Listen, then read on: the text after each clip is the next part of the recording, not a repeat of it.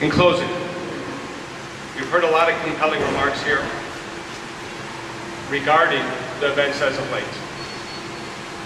From the hunting permit that was for sale in Germantown, to the satanic verse that was sputtered by the former representative at the DOT, to the remarks of U.S. Representative Steve King out of Iowa, and so on. This is but a small sample of what's happening across the country.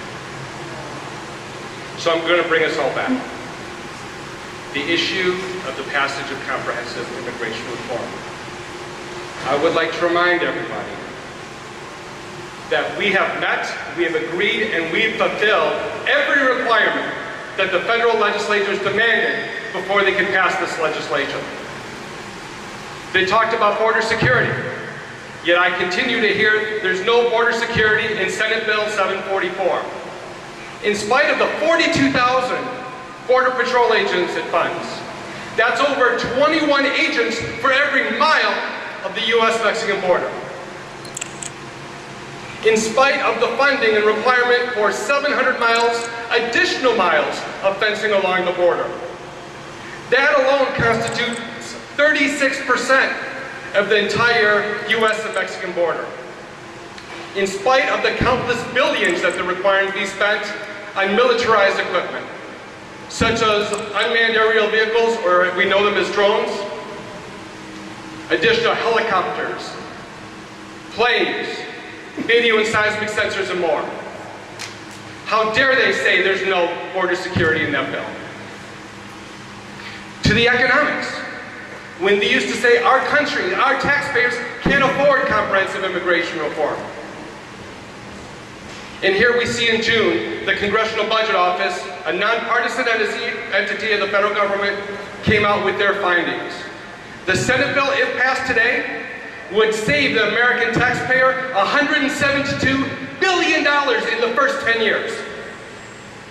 And in the second 10 years, a staggering $700 billion.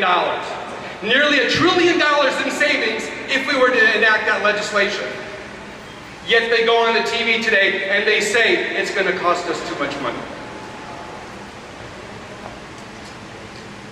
When they came to us and they said, if we do this, immigrants are going to have to go to the back of the line.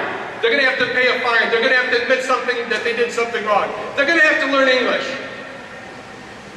All of these things we humbly agreed to. So here we are at the end of the day. Here we are standing in the shadows of these atrocities. Atrocities I can't talk to my children about, nor do I ever want them to see. And we're left with but one conclusion: to ask our representatives in the House, what is the real reason why you're not passing comprehensive immigration reform? I want to thank you all for coming out to hear us today. I want to thank all of our partner organizations and all of our speakers, and we'll now take your questions. Thank you.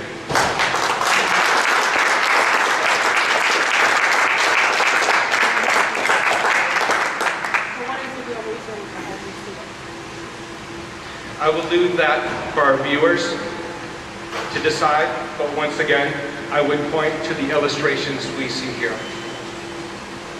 I will add that I continue, and LULAC as an organization continues to be concerned that a hate group is allowed to buy commercial airtime to try and influence viewers or voters on this issue. And we think that should be stopped. Yes. Any other questions?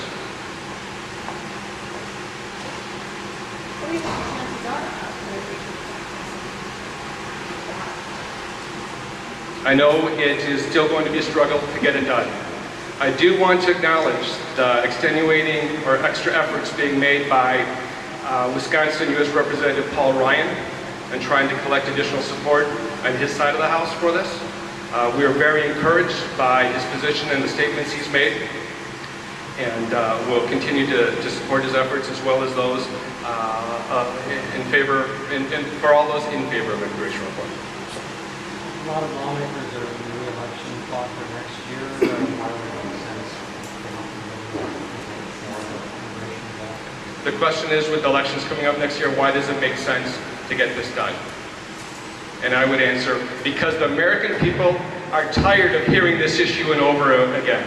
They're tired of seeing the atrocities, of seeing families torn apart, of seeing the knowledge capital that we need in this country to create new jobs have to go home.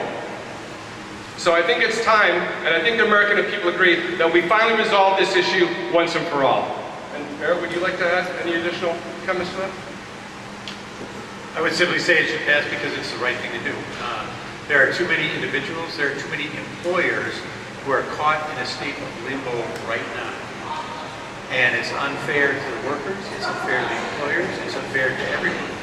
And that's why we have to see action. Any other questions? So in closing, let me just state one last thing. We ask for all of you at home, watching, to get engaged. In American history, we learned a little something about the Know Nothing Party, a party that went around spewing anti-immigrant sentiment, and a lot of very good people stood by and just let it happen. So we ask for everyone to get engaged in this issue so we can resolve it once and for all, and we also call on the entire congressional delegation of Wisconsin, in earnest, to do what needs to be done to get this passed. Thank you all once again. God bless all of you. God bless the United States of America.